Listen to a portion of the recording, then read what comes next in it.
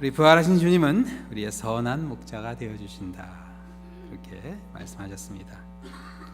세상을 이기셨다 하신 예수님께서 우리의 선한 목자 되어 인도해 주실 때 어떤 상황에서도 염려, 걱정, 근심 할 필요 없어요.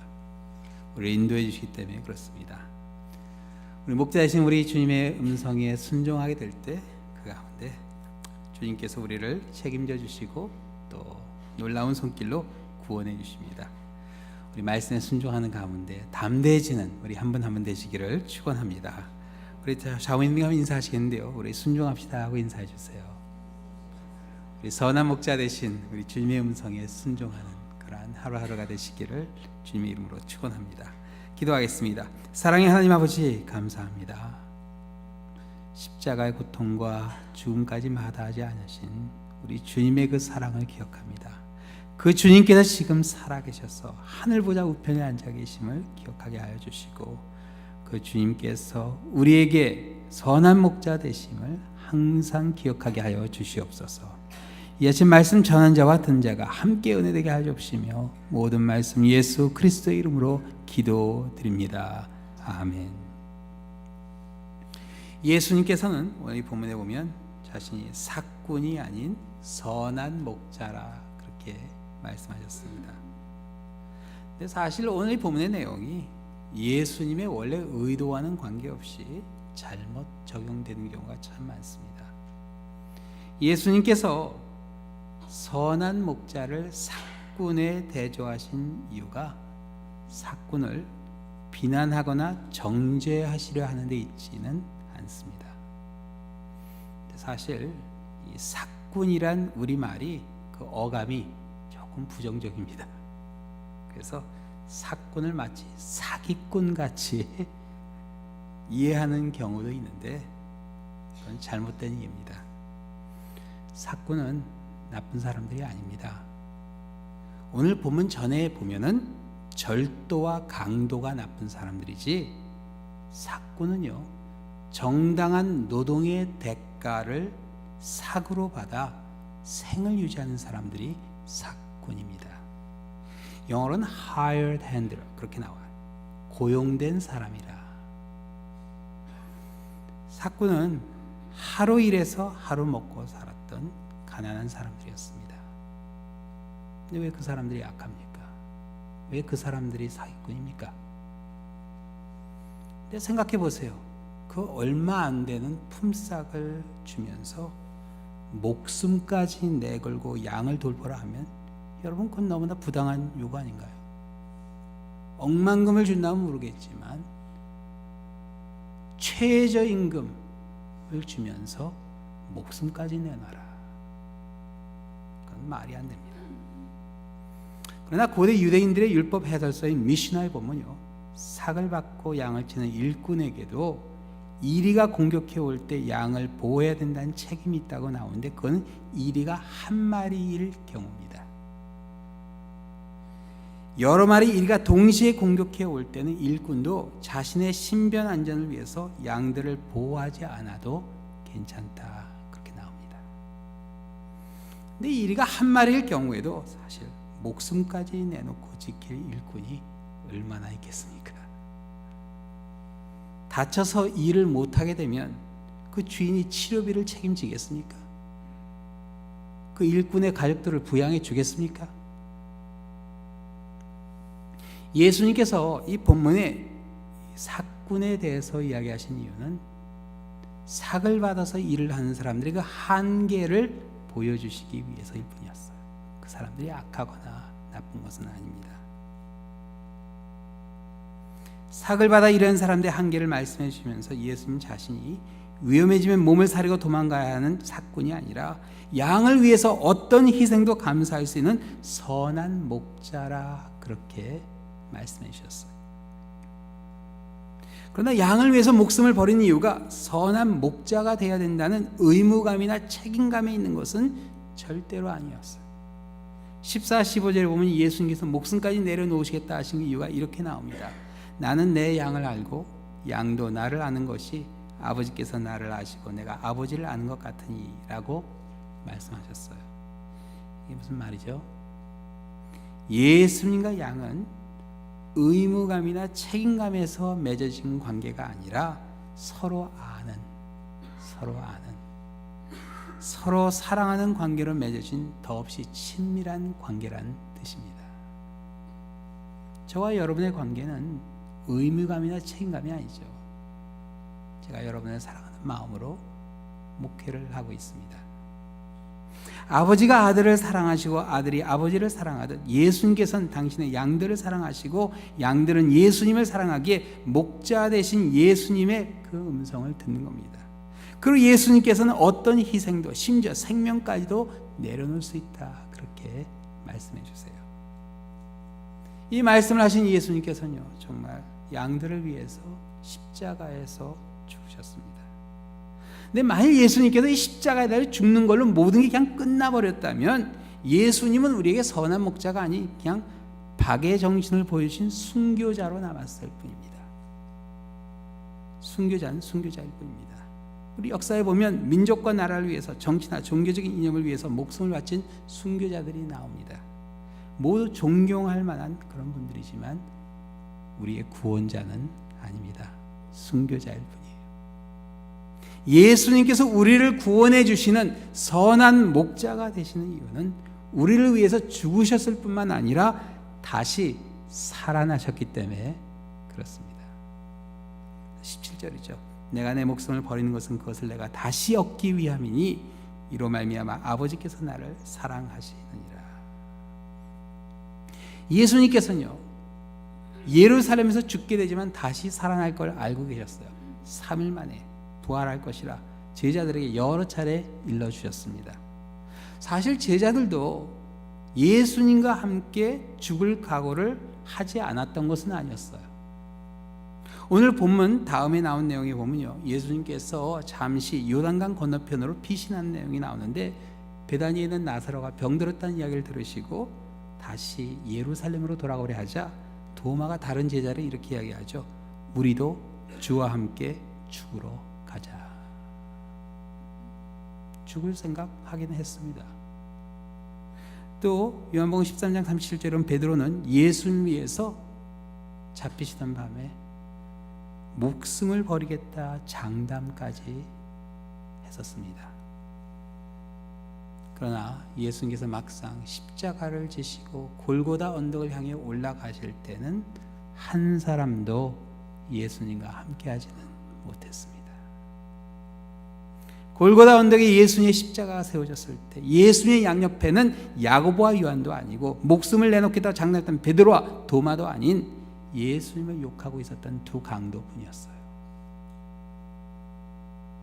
근데 누가복음 23장에 보면요, 그 두 강도 중 한 사람에게 놀라운 심경의 변화가 일어납니다. 이렇게 나와요.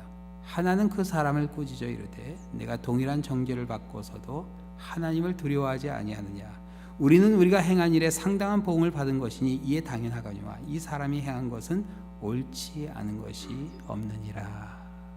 처음에는 욕했어요. 그런데 어느 한순간 보니까 뭔가 다른 거예요.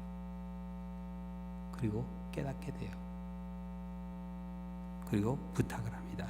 예수여, 당신의 나라에 임할 때 나를 기억하소서. 도대체 이 사람은 무슨 생각으로 이런 부탁을 했을까요? 보통 이런 경우에는요, 정말 옆에 있는 사람이 하나님의 아들이라 그런 확신이 있다면 사람들은 이런 부탁을 하지 않을까 싶어요. 예수님, 절 좀 살려주실 수 없으시겠습니까? 이번 한 분만 살려주면 제가 착하게 살겠습니다. 예수님, 이 고통을 좀 덜어주실 수는 없으니까 너무나 괴롭습니다. 예수님, 제 가족들이 있는데 제 가족들 좀 어떻게 좀 책임져 주실 수 없겠습니까? 이런 부탁이 나올 만한데 죽어가는 상황에서 예수님의 나라가 무슨 소용이 있겠습니까? 죽어가는 예수님의 희망을 가져볼 만한 그런 모습이 전혀 아니었을 것 같은데 강도는요, 그 옆에 있는 예수님께, 함께 죽어가는 예수님께 자신의 영혼을 부탁합니다. 그리고 예수님께서는요, 그날 마지막까지 강도와 함께 하셨어요. 함께 죽으셨습니다. 아무도 알아주는 것 같지 않았는데 3년 동안 함께 했던 제자들이 다 버리고 도망갔는데 함께 죽어주셨어요. 사랑하는 성도 여러분, 여러분이 사랑하는 사람이 함께 죽자고 그러면 죽으실 마음 있으세요? 우리 부인들에게 묻겠어요. 남편이 함께 죽자고 하면 죽으시겠어요? 네. 아멘.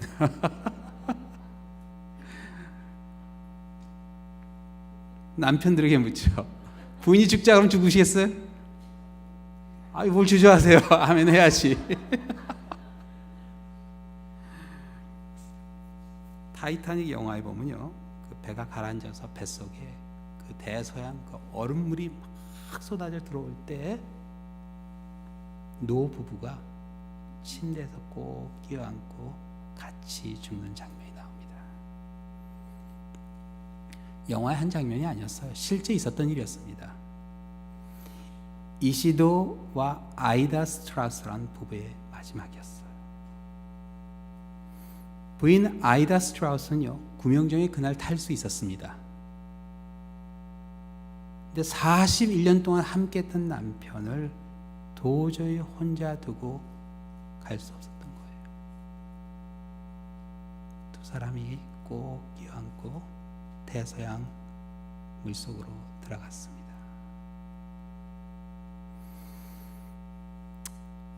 그런데 아세요? 이분이 메이시 백화점의 사장이었습니다. 주인이었어요.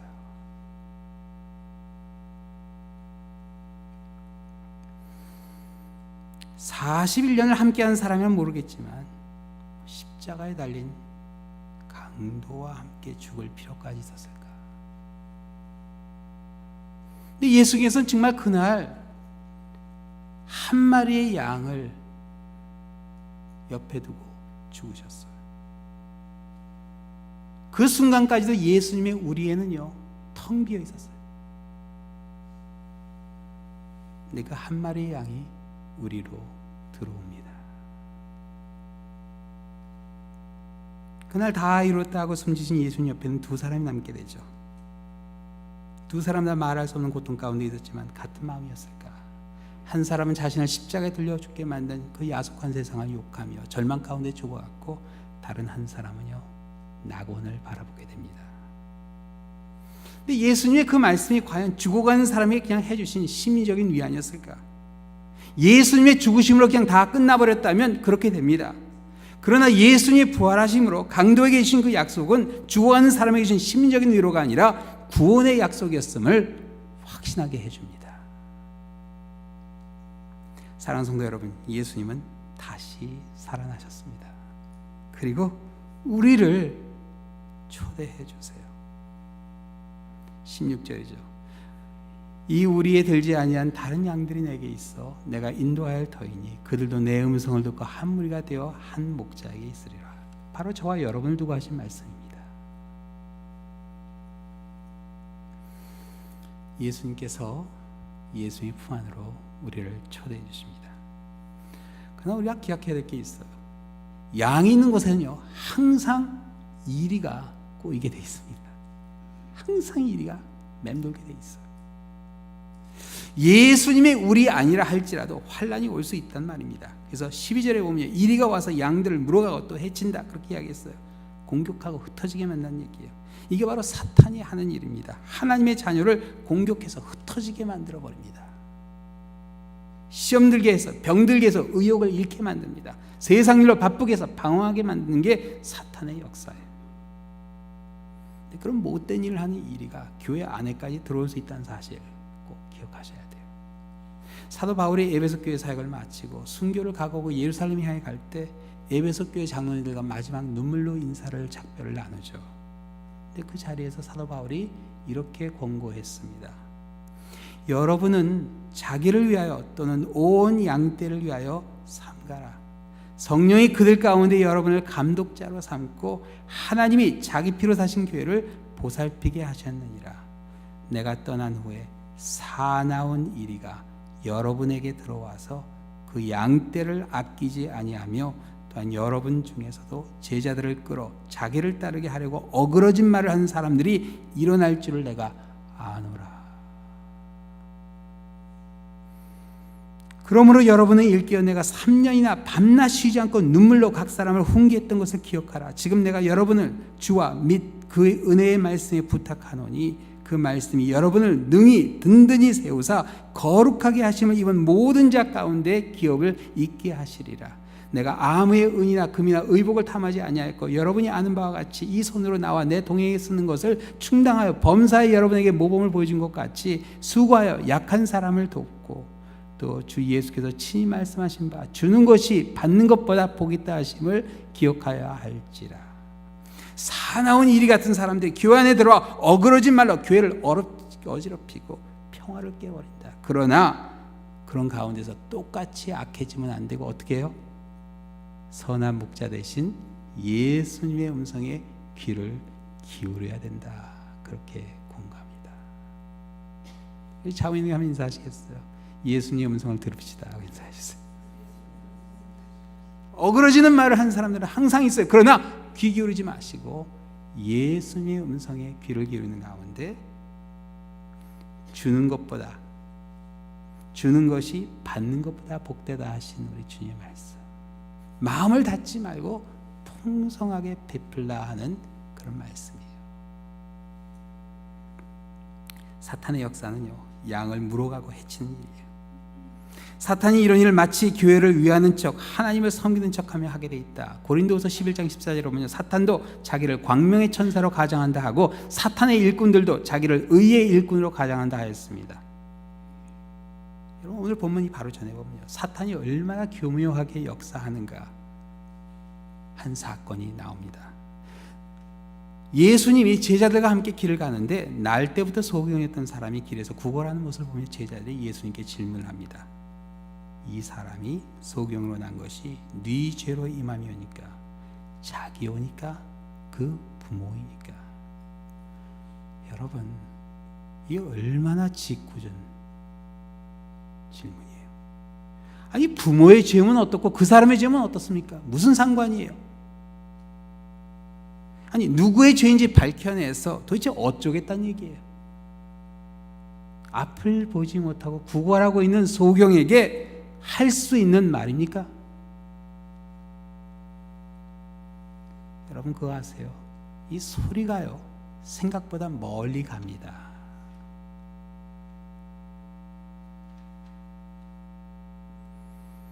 소경이 제자들이 한 말을 듣기라도 했다면 그 마음이 어땠을까? 여러분이 만일 병에 들어서 지금 병원에 입원해 있는데 제가 신방을 갔어요. 가서 이제 방에 들어갔는데 옆에 같이 가신 집사님이 목사님 이분이 저기 이렇게 된 게 누구의 죄 때문입니까?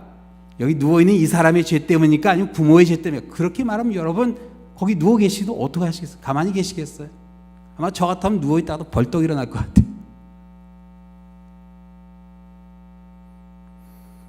질문이 잘못됐는데 제대로 된 답이 나오겠습니까? 길의 소경을 보면서 제자들은 어떤 질문을 했어야 됐을까요?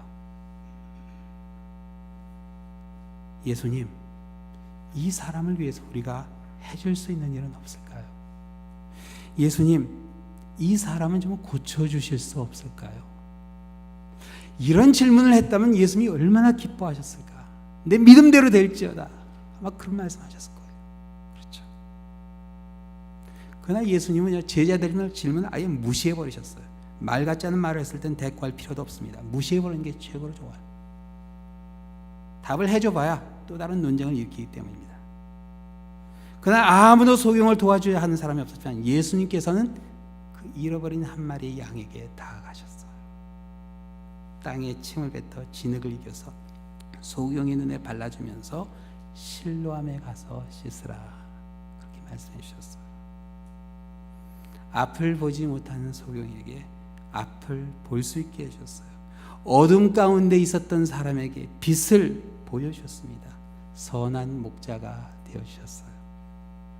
사랑하는 성도 여러분, 선한 목자 되신 예수님을 바라봐야 됩니다. 때로는 사탄의 공격으로 흩어지게 되어도 선한 목자 되신 예수님께서 우리를 찾아오시고 우리를 다시 모아주세요.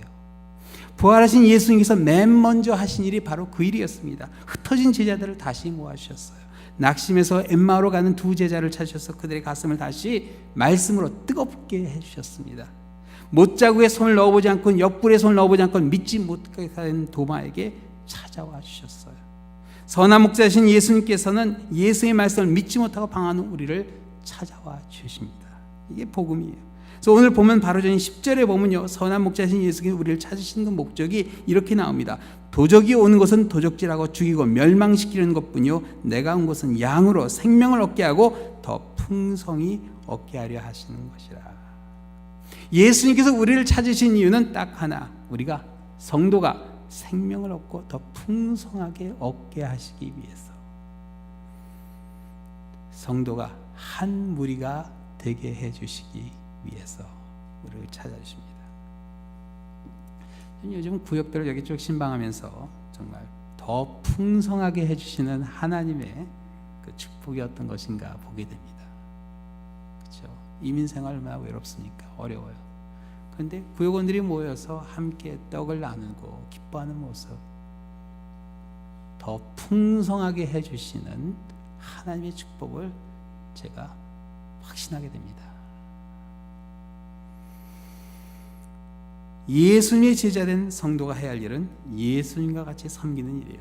사도 베드로는 아시아에 있는 장로님들에게 이렇게 권고했습니다. 너희 중에 있는 하나님의 양무리를 치되 억지로 하지 말고 하나님의 뜻을 따라 자원함으로 하며 더러운 이득을 위하여 하지 말고 기꺼이 하며 삭을 받는 삭군의 마음을 갖지 말라는 말씀이죠. 맡은 자들에게 주장하는 자세를 하지 말고 양무리의 본이 되라. 그리하면 목자장이 나타나실 때 시들지 아니하는 영광의 관을 얻으리라. 여러분, 이게 어디 부단 장로님들에게만 하는 말씀이겠습니까? 우리 모두에게 적용되는 말씀이죠. 선한 목자이신 우리 예수의 음성을 듣고 섬기시는 가운데 시들지 아니하는 영원한 관을 얻으시는 우리 한 분 한 분 되시기를 우리 주님의 이름으로 축원합니다. 기도하시겠습니다. 사랑의 하나님 아버지, 우리의 선한 목자 되신 우리 주님을 바라보고 담대하게 하여 주시고, 아버지 말씀에 순종하는 우리의 삶 가운데 시들지 아니하는 영광의 그 놀라운 관을 우리에게 주시려 하는 하나님의 그 은총을 기억하게 하여 주시옵소서. 부활하신 주님을 항상 바라보게 하여 주시며 이 모든 말씀 예수 그리스도의 이름으로 기도드립니다. 아멘.